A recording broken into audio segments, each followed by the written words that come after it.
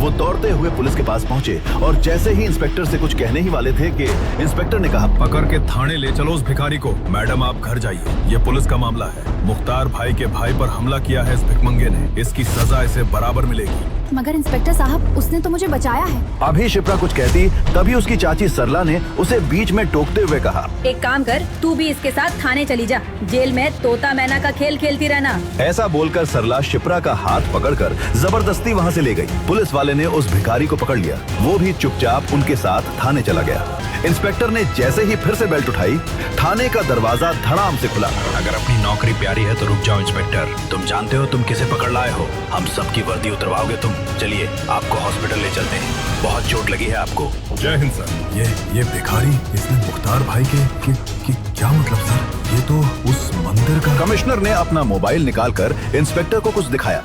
वो देखते ही इंस्पेक्टर थर थर कांपने लगा। शौर्य राठौड़ ऐसे? माफ कर दीजिए, आप जो कहेंगे मैं मानूंगा। आपने बताया क्यों नहीं? उस मुख्तार की बातों में आ गया मैं। उसने तुरंत उस भिखारी को खोला और अपने जूते से खुद को मारने लगा। मैं ठीक हूँ और हाँ, किसी को पता नहीं चलना चाहिए मैं कौन हूँ। जी। भिखारी शौर्य वहाँ से निकला और वापस मंदिर के सामने जा अपने सर पर चोट वाली जगह थोड़ी मिट्टी रगड़ी और कटोरा लेकर बैठ गया, बिल्कुल चुप। उधर शिप्रा ने अपने घर की बालकनी से उसे देखा तो चौंक पड़ी। वो निकलकर उसके पास गई और कहा, आपको बहुत चोट आ गई मेरे कारण, मुझे माफ कर दीजिए, आप घर चलिए मेरे साथ। शौर्य ने कुछ नहीं कहा और चुपचाप उसके साथ उठकर चल दिया। जैसे ही वो लोग घर के दरवाजे पर पहुँचे, चाची सरला ने रास्ता रोक लिया। इस बदबूदार भिखारी को अंदर लाई तो तेरा सर होगा और मेरी जूती। इन सब का कारण तू है शिप्रा। किसने कहा था उस मुख्तार के भाई को झापड़ मारने को? चाची, जान बचाई है उसने मेरी। शोर शराबा सुनकर पूरा परिवार दौड़ा दौड़ा गेट पर आया। वहाँ का नजारा देखकर दादाजी दंग रह गए थे। सरला चाची बोले जा रही थी। अभी सरला आगे कुछ कहती कि दादाजी गरजे, सरला बस बहुत हुआ। उसकी जगह तेरी बेटी होती तो क्या तू उसका ब्याह उस गुंडे से कर देती? शिप्रा ने जो किया वो सही किया। अगर तुम्हें कोई दिक्कत है तो तुम घर छोड़कर जा सकती हो। इसे मॉल ले जाओ और इसके लिए कुछ अच्छे साफ कपड़े खरीदवा दो। सब ये सुनकर सन्न रह गए। सरला चाची चुपचाप अंदर चली गईं। दादाजी ने शिप्रा से उस भिखारी की चोट पर दावा लगाने को कहा और अपने पोते राहुल से कहा, जी दादाजी। थोड़ी ही देर बाद राहुल उस भिखारी शौर्य को बाइक पर बैठाकर मॉल ले गया। पहले तो वहाँ मॉल के गेट पर ही गार्ड ने भिखारी को देखते ही उसे रोक दिया, मगर फिर ये जानकर कि राहुल किस परिवार से है, उसे उस भिखारी के साथ अंदर जाने दिया। अंदर पहुंचकर राहुल ने उसे कुछ कपड़े दिलवाए और चेंजिंग रूम की तरफ ले गया। ये देखो, इसके अंदर जाकर तुम ये कपड़े पहनकर देख। और बात करते करते दरवाजा खोलकर देखते हुए अचानक राहुल की बोलती बंद हो गई। उसने जैसे ही एक दरवाजा खोला, अंदर से किसी लड़की के चीखने की आवाज आई, बचाओ। राहुल ने झट से सॉरी बोलकर दरवाजा बंद किया। वो लड़की दरवाजा बिना लॉक किए ही चेंज कर रही थी। उसने पीछे पलटकर देखा, भिखारी शौर्य किसी चेंजिंग रूम में घुस चुका था। राहुल वहां से बाहर आया। तभी एक हट्टे कट्टे पहलवान टाइप लड़के ने उसका रास्ता रोकते हुए कहा, क्यों बे, मेरी गर्लफ्रेंड का एमएस बनाता है? चुप, बिल्कुल चुप। कान पकड़ के मेरी गर्लफ्रेंड के सामने मुर्गा बन और कुकड़ू कू सॉरी बोल। क्या? वो दरवाजा अंदर से लॉक नहीं था। मैं सॉरी नहीं बोलूंगा, मेरी गलती नहीं है। तो ये ले। ऐसा बोलकर उस लड़के ने राहुल को मारने के लिए हाथ उठाया ही था कि किसी ने उसका हाथ पकड़ लिया। उसने पीछे पलटकर देखा तो चौंक पड़ा। है भिखारी मॉल में? तू अंदर कैसे आया बे? और रुक, तूने मेरा हाथ कैसे पकड़ा बे, सड़े हुए अंडे? ये तूने क्या किया हरामजादे? सलीम डॉन के भाई को मारता है। अब देख मैं क्या करता हूँ। ऐसा बोलकर वो शौर्य पर झपटा, मगर शौर्य ने उसकी कलाई को कुछ ऐसे घुमाया कि वो वहीं दर्द के मारे बैठ गया। कट की आवाज के साथ उसकी कलाई जाम हो गई थी। उसने फोन निकाला और शहर के नामी गुंडे सलीम भाई को कॉल किया। सलीम का नाम सुनते ही उस मॉल में अफरा तफरी मच गई। सब वहां से भागने लगे, मगर शौर्य वैसे ही वहीं खड़ा रहा। सलीम भाई, एक भिखमंगे ने मुझ पर हाथ उठाया, उसको ऊपर उठाने का है। शौर्य चुपचाप वहां खड़ा रहा। राहुल की तो टांगे कांप रही थी। वो पसीने में नहा गया था। थोड़ी ही देर बाद वहां गुंडों से भरी गाड़ी आई और उसमें से उतरा खूंखार डॉन सलीम। आते ही उसने एक फायर किया और उसके गुंडों ने वहां घुसते ही शौर्य पर हमला कर दिया। मगर फिर वहां का सीन देखकर उन सब की आंखें बाहर निकल आई। 10 सेकंड में 10 गुंडे वहां जमीन पर पड़े धूल चाट रहे थे। सलीम भाई को अपनी आंखों पर भरोसा नहीं हुआ। वो उस भिखारी शौर्य के पास गया और कहा, तेरी हिम्मत कैसे हुई बे मेरे आदमियों पर हाथ उठाने की? नहीं नहीं नहीं, मैं तुझे मारकर अपने हाथ गंदे नहीं करूंगा। मैं तो इस लड़के को 6 इंच छोटा करूंगा। ऐसा बोलकर उसने वहीं खड़े राहुल को पकड़ लिया और उसकी गर्दन पर चाकू रख दिया। मगर तभी जो हुआ वो देखकर राहुल को अपनी आंखों पर भरोसा नहीं हुआ। अब तक जिस भिखारी जीजा को वो गूंगा समझता था वो बोला, सलीम, मुझे तुमसे कुछ बात करनी है। मुझसे तू बात करेगा? तुझ जैसे भिखमंगे पर मैं थूकूं भी नहीं। नहीं सुनेगा तो तेरा ही नुकसान होगा। सलीम ने कुछ सोचा और कहा, अच्छा ठीक है, बोल। ऐसे नहीं, तेरे कान में। अबे ओए, खेल चल रहा है क्या इधर? ये लड़का तो गया, उसके बाद कुछ हुआ तो उसका जिम्मेदार मैं नहीं होऊंगा। सलीम सोच में पड़ गया, फिर बोला, ठीक है, आप बोल कान में। भिखारी शौर्य उसके पास गया और उसके कान में कुछ कहा। वो बात सुनते ही सलीम के हाथ पैर सुन्न हो गए। राहुल उसके हाथ से छूट गया। वो अपने भाई की तरफ मुड़ा और कहा, जावेद भाई, अपनी गर्लफ्रेंड को बोल इनके सामने मुर्गी बनकर कुकड़ू को सॉरी बोले। ऐसा बोलकर वो डर के मारे वहीं बेहोश हो गया।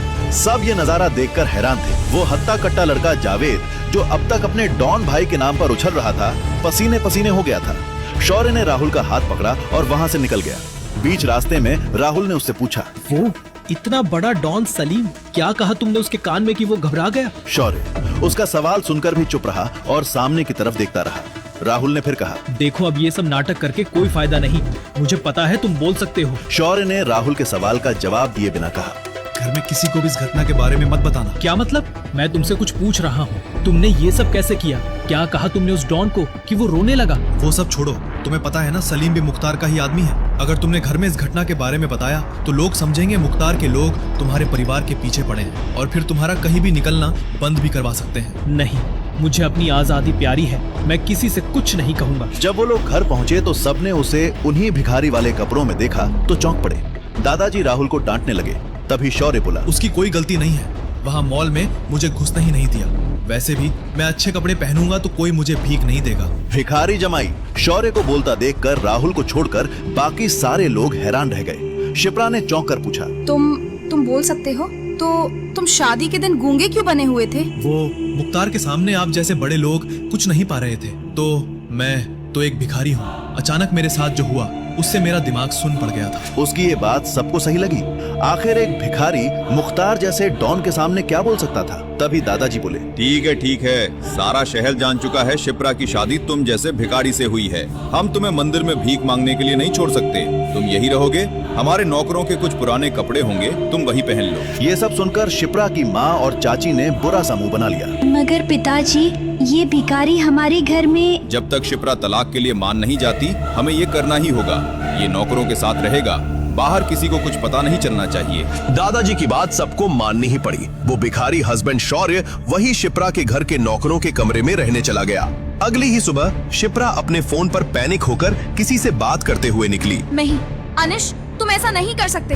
तुम्हारे मॉल में सबसे ज्यादा बिक्री मेरे ही ब्रांड के कपड़ों का है। तुम मेरे ब्रांड को वहाँ से हटा कैसे सकते हो? उधर से अनिश नाम के उस बिजनेसमैन ने कुछ ऐसा कहा जिसे सुनकर शिप्रा और तमतमा गई और कहा, ठीक है, मैं वहीं आकर तुमसे बात करती हूँ। ऐसा बोलकर शिप्रा गुस्से में घर से A to Z मॉल के लिए निकल गई। A to Z mall Rajasthan का सबसे बड़ा मॉल था और शिप्रा की क्लोथ कलेक्शन की सेल का सबसे बड़ा हिस्सा वहीं से आता था। वहाँ के मालिक अनिश ने अचानक शिप्रा के ब्रांड को अपने मॉल में बैन कर दिया था और उसके ब्रांड के सारे कपड़े वहाँ से हटा दिए। शिप्रा जब गुस्से में वहाँ पहुँची तो अनिश अपने कैबिन में चिल कर रहा था। अंदर घुसते ही शिप्रा उस पर चीखने लगी, मगर अनिश को इन सब से कोई फर्क नहीं पड़ा। उसने एक कुटिल मुस्कान देते हुए कहा, एक लड़की जिसका हस्बैंड रास्ते का भिखारी हो, उसका ब्रांड हमारे मॉल में होने से बहुत ही बदनामी हो रही थी। वो ब्रांड हमारे स्टैंडर्ड को गिरा रहा था। ये सुनकर शिप्रा जितना चौंकी उतना ही और गुस्से में भी आ गई। सारे शहर को पता चल चुका था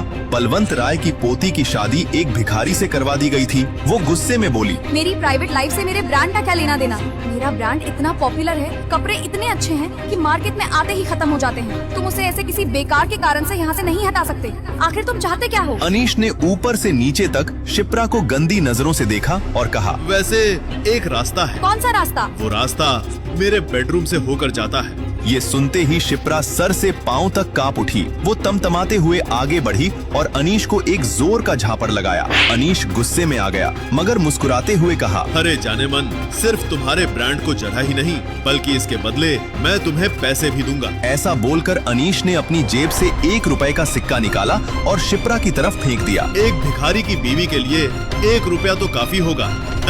शिप्रा गुस्से और शर्म के मारे वहाँ से निकल गई। वो घर पहुँची तो देखा उसकी माँ उस भिखारी दामाद से पोंछा लगवा रही थी। उस भिखारी को अपने सामने देखकर उसका गुस्सा और बढ़ गया। शिप्रा की माँ ने जब उसे इतने गुस्से में देखा तो पूछा, क्या हुआ शिप्रा बेटा, क्या कहा उस अनीश ने? शिप्रा ने अपनी माँ को सारी बात बताई। ये सुनकर उसकी माँ ने गुस्से में उस भिखारी दामाद को लात मारते हुए कहा, सब इस भिखमंगे की वजह से हुआ है, भाग यहाँ से, राहु केतु की औलाद। शिप्रा का भिखारी पति वहाँ से उठकर चुपचाप चला गया। अपने कमरे में जाकर उसने राय मेंशन के बूढ़े नौकर से उसका फोन मांगा और कहीं कॉल किया। थोड़ी ही देर बाद शिप्रा का फोन बजा। उसने देखा ये अनीश का फोन है। अनीश का फोन? इसकी मैं अभी बंद बजती हूँ। हेलो। मगर उधर से अनीश जो बोला वो सुनकर शिप्रा को अपने कानों पर विश्वास नहीं हुआ।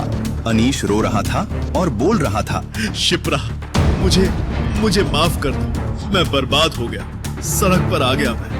क्या किया तुमने मेरे साथ? शिप्रा कुछ समझ नहीं पा रही थी। अनीश ये सब क्या बोल रहा है? अभी वो कुछ बोलती उसके पहले ही शिप्रा को फोन पर अनीश की पिटाई की आवाज सुनाई दी और फिर फोन कट गया। उसने जल्दी से टीवी ऑन करके न्यूज लगाया। उसमें ब्रेकिंग न्यूज देखकर वो चौंक पड़ी। Breaking news! आज अचानक राजस्थान के सबसे बड़े मॉल A to Z के शेयर्स 0 रुपए पर आ गए और अगले 2 सेकंड में ही ऑल्को बिग बुल मॉल्स लिमिटेड ने उसे सिर्फ 1 रुपए में खरीद लिया। अरबपति बिजनेसमैन अनीश 2 सेकंड में बना भिखारी। बिग बुल दुनिया की सबसे बड़ी फैशन डिजाइनिंग और मॉल की कंपनीज में से एक थी। इंग्लैंड, जर्मनी, स्विट्जरलैंड, पेरिस जैसे बड़े बड़े देशों में वो पॉपुलर ब्रांड था। शिप्रा ये न्यूज सुनकर समझ गई कि ये पूरा कांड बिग बुल द्वारा जानबूझकर करवाया गया है। मगर बिग बुल ने ऐसा क्यों किया? आखिर अनीश शिप्रा से फोन करके माफी क्यों मांग रहा था? वो समझ नहीं पा रही थी इन सब के पीछे कौन था। अभी वो इन सब सोच में पड़ी थी कि तभी उसका फोन फिर बजा। कोई अननोन नंबर था। उसने फोन उठाया। हेलो। उधर से कॉल करने वाले की बात सुनकर शिप्रा बेहोश होते होते बची। शिप्रा मैम, बिग बुल आपके क्लॉथ ब्रांड में 100 करोड़ रुपए लगाना चाहती है। साथ ही बिग बुल के दुनिया भर के आउटलेट में आपके ब्रांड के कपड़े लगाए जाएंगे। आप बिग बुल के ऑफिस आकर कॉन्ट्रैक्ट साइन कर लीजिए। शिप्रा ये सुनकर खुशी से पागल हो गई, मगर अब वो और ज्यादा कंफ्यूज हो रही थी। ये तो पक्का कोई करवा रहा है, मगर कौन और क्यों? और अनीश के कैबिन में जो हुआ वो तो मैंने सिर्फ मॉम को बताया, तो ये सब किसे और कैसे पता चला? तभी शिप्रा कुछ सोचकर चौंक पड़ी। वो भिखारी? जब मैं मॉम को सारी बात बता रही थी तब तो उस वक्त वहाँ सिर्फ वही था। ओह, मैं भी क्या सोच रही हूँ। वो भिखारी है, वो ये सब नहीं कर सकता, मगर कौन? घर में जब सबने ये न्यूज सुनी तो सबकी खुशी का ठिकाना नहीं रहा। पिछले कुछ दिनों में ये पहली खुशी की बात घर में आई थी, और वो भी ऐसी खुशी जो किसी ने सपने में भी नहीं सोचा था। दादाजी ने ऐलान किया, शिप्रा के इस अचीवमेंट के लिए आज शाम में हमारी तरफ से पार्टी। सभी पार्टी की तैयारी में लग गए। दादाजी अपने कमरे में पहुँचे ही थे कि तभी दादाजी के फोन की घंटी बजी। उस पर लिखा नाम देखकर उनका चेहरा पीला पड़ गया। मुख्तार ने फिर फोन किया था। उन्होंने डरते डरते फोन उठाया तो दूसरी तरफ से मुख्तार बोला, बलवंत राय, कैसा लग रहा है एक भिखारी को दामाद बनाकर? तुम क्या चाहते हो? एक तो तुमने शिप्रा की शादी जबरदस्ती उस भिखारी से करवा दी, उसके बाद भी तुम्हारे उस गुंडे भाई ने फिर से मेरी पोती को छेड़ा। हमने दर्द दिया है, हम ही दवा देंगे। अपनी पोती को बोलो मेरे भाई पर से केस वापस ले ले, फिर कोई तुम्हारी फैमिली को कभी परेशान नहीं करेगा। एक काम कर, आधे घंटे में मुझे होटल राजकमल में मिलो, मैं बताता हूँ क्या करना है। ये सब बातें सुनकर राय फैमिली में अफरा तफरी मच गई। पता नहीं मुख्तार नाम का वो गुंडा अब क्या करने वाला था।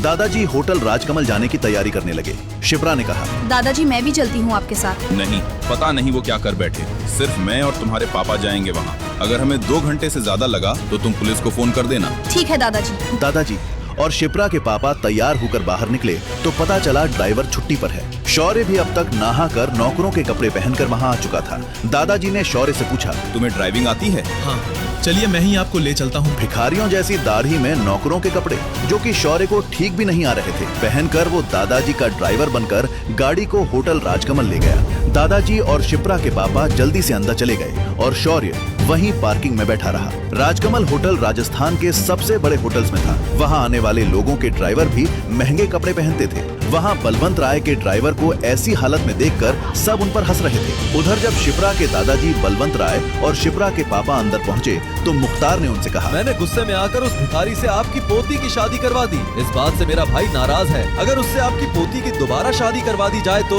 वो शांत बैठ सकता है। क्या? मगर शिप्रा उस भिखारी को तलाक देने को तैयार नहीं है। तो फिर मेरा भाई आपकी फैमिली के साथ क्या करेगा उस पर मेरा कोई जोर नहीं। क्या? तो बोलो क्या करना होगा?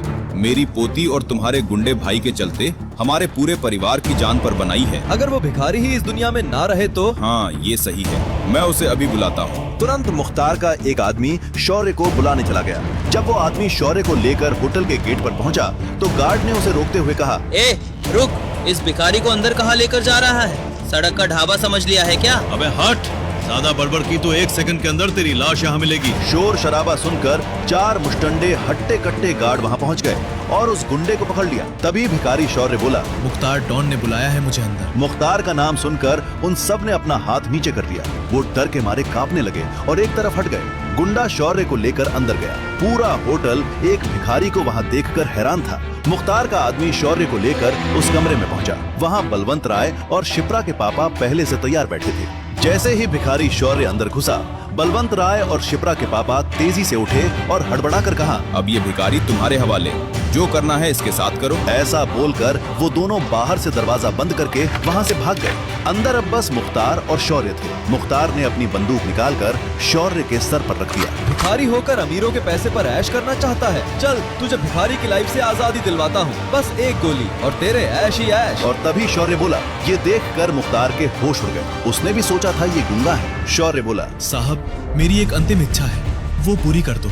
मुझे बस एक फोन करने दो। अच्छा, तेरे पास भी फोन करने के लिए रिश्तेदार हैं? सही है भाई, चल कर ले अपनी अंतिम इच्छा पूरी। ऐसा बोलकर मुख्तार ने अपना फोन भिखारी शौर्य को दे दिया। शौर्य ने फोन लिया और एक नंबर डायल किया और बस एक मिस कॉल देकर फोन कट कर दिया। मुख्तार ये देखकर हंसने लगा। अबे ये तुझ जैसे भिखमंगे का फोन नहीं है कि मिस कॉल दे। मुख्तार डॉन का फोन है, मुख्तार डॉन का। कर ले बात, तेरे पास बस 1 मिनट है। अभी मुख्तार डॉन अपनी बात भी पूरी नहीं कर पाया था कि तभी वहाँ आसमान में हेलीकॉप्टर्स की आवाज गूंजने लगी। होटल के सामने धुल का गुबार छा गया। मुख्तार चौंक पड़ा। हेलीकॉप्टर्स! ये किसने बुलाया? ए भिखारी, किसे मिस कॉल दिया था तूने? कौन है तू? शौर्य अपनी जगह पर खड़ा होकर मुस्कुरा रहा था। क्या सच में वो हेलीकॉप्टर भिखारी शौर्य के लिए आए हैं? क्या सच में शौर्य के मिस कॉल का कोई संबंध है उन हेलीकॉप्टर से? क्या शौर्य जो दिखता है वो है नहीं? कौन है वो? क्यों भिखारी बनकर रहता है? क्यों उसके लिए कमिश्नर से लेकर मुख्यमंत्री तक बिछे रहते हैं? क्या बिग बुल कंपनी का शिप्रा को ऑफर और शौर्य के एक फोन कॉल का कोई संबंध है? सलीम डॉन से मॉल में क्या कहा था उसने कि वो डर के मारे कांपने लगा? क्या शौर्य शिप्रा के दादाजी और उसके पापा से बदला लेगा या नहीं? क्या होने वाला है आगे की कहानी जानने के लिए देखें अगला एपिसोड सिर्फ पॉकेट एफएम के YouTube चैनल पर। और बेगर हस्बैंड के सारे एपिसोड्स को सुनने के लिए डिस्क्रिप्शन में दी लिंक से डाउनलोड करें पॉकेट एफएम ऐप।